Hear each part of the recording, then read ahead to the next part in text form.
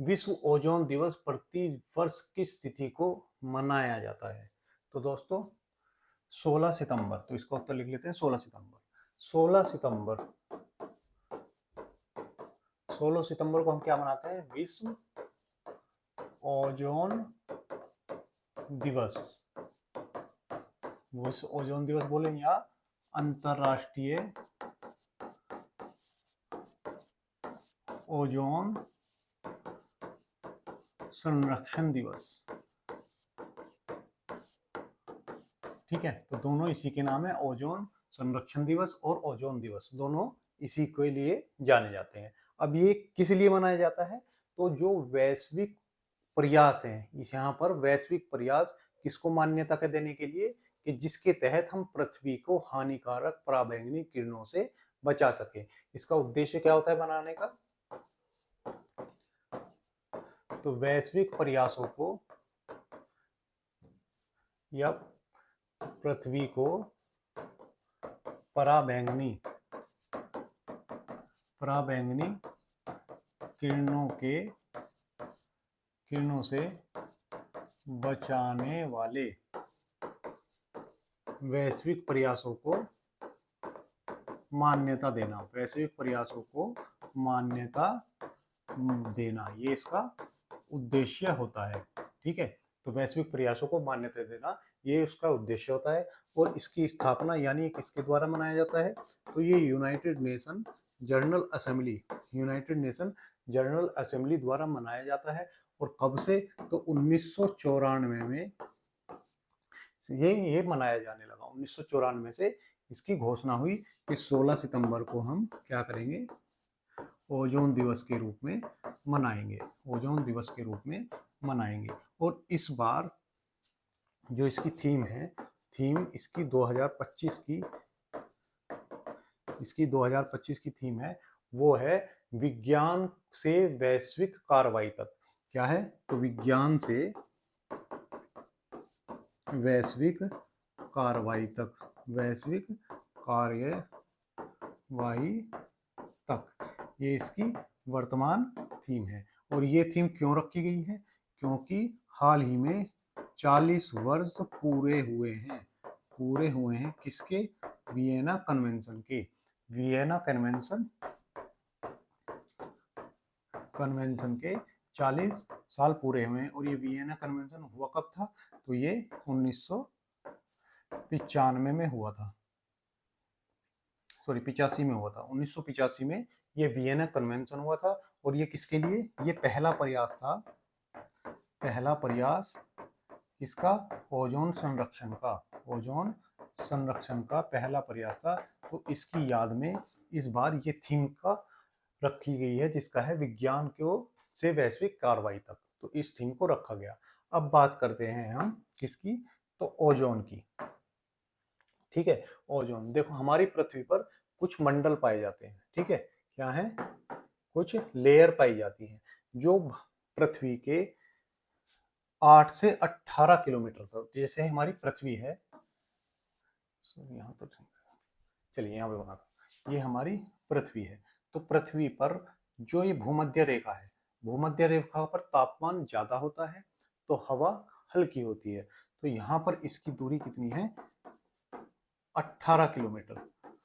और यहाँ पर तापमान कम होता है तो क्षोभ मंडल की दूरी यहाँ पर कम होती है, तो लगभग 8 किलोमीटर इसकी दूरी होती है। तो क्षोभ मंडल 8 किलोमीटर से कहाँ तक पाया जाता है? 18 किलोमीटर तक। 8 किलोमीटर से 18 किलोमीटर तक जो आपको ये सीमा मिल रही है पृथ्वी के चारों तरफ, इसको हम क्षोभ मंडल के नाम से जानते हैं। ठीक है, अब इससे अगर हम ऊपर चलते हैं तो ये वाली सीमा जो लगभग 50 किलोमीटर तक है, कितनी? 50 किलोमीटर तक, यहाँ से पृथ्वी से 50 किलोमीटर तक की जो सीमा होगी, इसको हम बोलेंगे समताप मंडल। क्या बोलेंगे? समताप मंडल। ये यहाँ तक होगी। कहाँ तक? तो यहाँ तक जो ये सीमा होगी, ये होगी समताप मंडल। अब इस समताप मंडल में एक परत पाई जाती है, जिसे हम किस परत के नाम से जानते हैं? जिसे हम ओजोन परत के नाम से जानते हैं। तो कौन से मंडल में पाई जाती है? तो ओजोन परत समताप मंडल में पाई जाती है। ठीक है, यानी क्षोभ मंडल और मध्य मंडल के बीच एक मंडल पाया जाता है जिसे हम क्या कहते हैं, समताप मंडल। और इसमें एक परत पाई जाती है जिसे हम ओजोन परत के नाम से जानते हैं। ओजोन परत जो पृथ्वी को पराबैंगनी किरणों से बचाती है। अब ये कहां से कहां तक पाई जाती है, तो ये ओजोन परत है, इसकी 15 किलोमीटर से पृथ्वी से 15 किलोमीटर से और 35 किलोमीटर तक, कहां तक, 35, तो 15 से 35 किलोमीटर के बीच एक पृथ्वी में उपस्थित परत है जिसे हम ओजोन परत के नाम से जानते हैं। अब इसकी सघनता, मतलब सबसे ज्यादा ये सघन कहां पर है, तो इसकी सघनता सबसे ज्यादा 22 किलोमीटर पर, तो 22 किलोमीटर पर ये सबसे सघन होती है।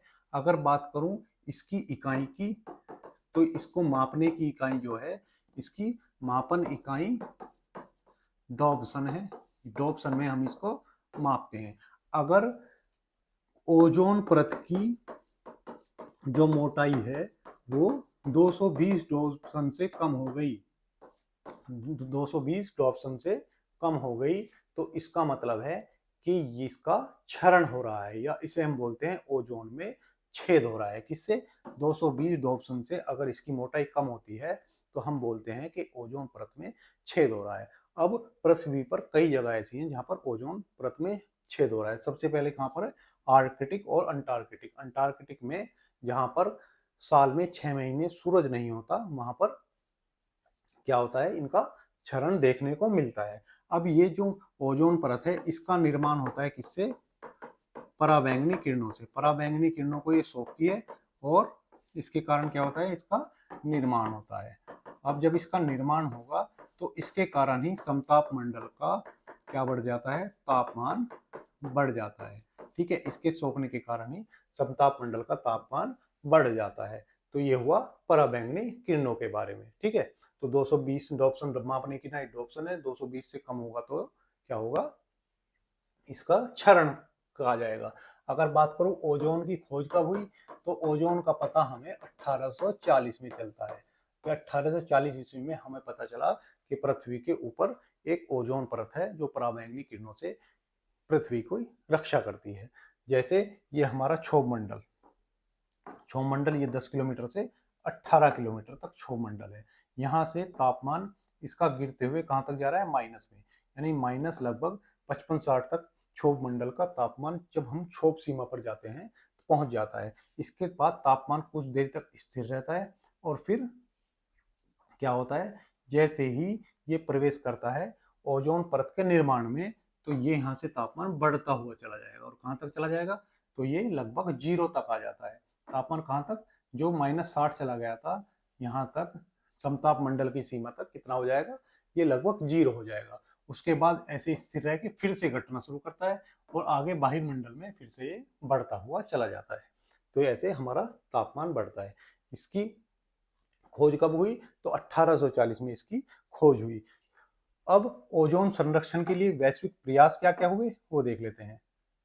तो ओजोन संरक्षण के लिए वैश्विक प्रयास, तो सबसे पहले ओजोन जब पता चला 1840 में, 1840 में हमें पता चला कि भाई यहाँ पर कोई ओजोन नाम की परत है।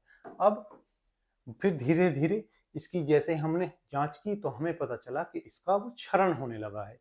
क्षरण होने के कारण अब हमें इसे रोकने के प्रयास करने थे। तो सबसे पहला जो प्रयास हुआ वो 1985 में, जिसे हम वियना कन्वेंशन के नाम से जानते हैं, कन्वेंशन के नाम से जानते हैं। अब इस कन्वेंशन में ये पहला कन्वेंशन था जब ओजोन परत को कहा गया कि भाई हम इसके बारे में विचार करना चाहिए और इसके बारे में रोकने के लिए प्रयास किया जाना चाहिए। 1985 में हुआ और 1988 में सभी देशों ने स्वीकार किया। सभी देशों ने क्या किया, इसको स्वीकार कर लिया। ठीक, अब उसके बाद जो दूसरा प्रयास होता है वो काफी महत्वपूर्ण है, जिसका नाम है 1987 का Montreal protocol. Montreal protocol, Montreal जो कनाडा का एक शहर है, वहां पर एक प्रोटोकॉल का आयोजन किया जाता है जिसे हम इतिहास में मॉन्ट्रियल प्रोटोकॉल के नाम से जानते हैं। ये क्या था, तो यह है एक अंतरराष्ट्रीय संधि थी। ठीक है, क्या थी? अंतरराष्ट्रीय संधि थी। और इस संधि के द्वारा क्या कर किया गया था? इस संधि के द्वारा ओजोन परत के संरक्षण के लिए कुछ गैसों को बैन किया गया। ओजोन परत के संरक्षण के लिए कुछ गैसों को बैन किया गया, ठीक है। इसमें अब भारत ने भी इसका हस्ताक्षर किए, लेकिन किस साल किए ये महत्वपूर्ण है। तो कब किए? 1992 में भारत ने इन पर हस्ताक्षर किए, किस पर? मॉन्ट्रियल प्रोटोकॉल पर। और ये कब हुआ था? तो 16 सितंबर को इसका आयोजन हुआ था। तो 16 सितंबर के दिन ही हम क्या मनाते हैं? ओजोन दिवस हम मनाते हैं, ठीक है। तो आपको ये समझ आया होगा क्यों मनाते हैं। इसके बाद एक 2016 में रवांडा की राजधानी किगाली, राजधानी क्या है? किगाली। एक किगाली समझौता होता है। कौन सा?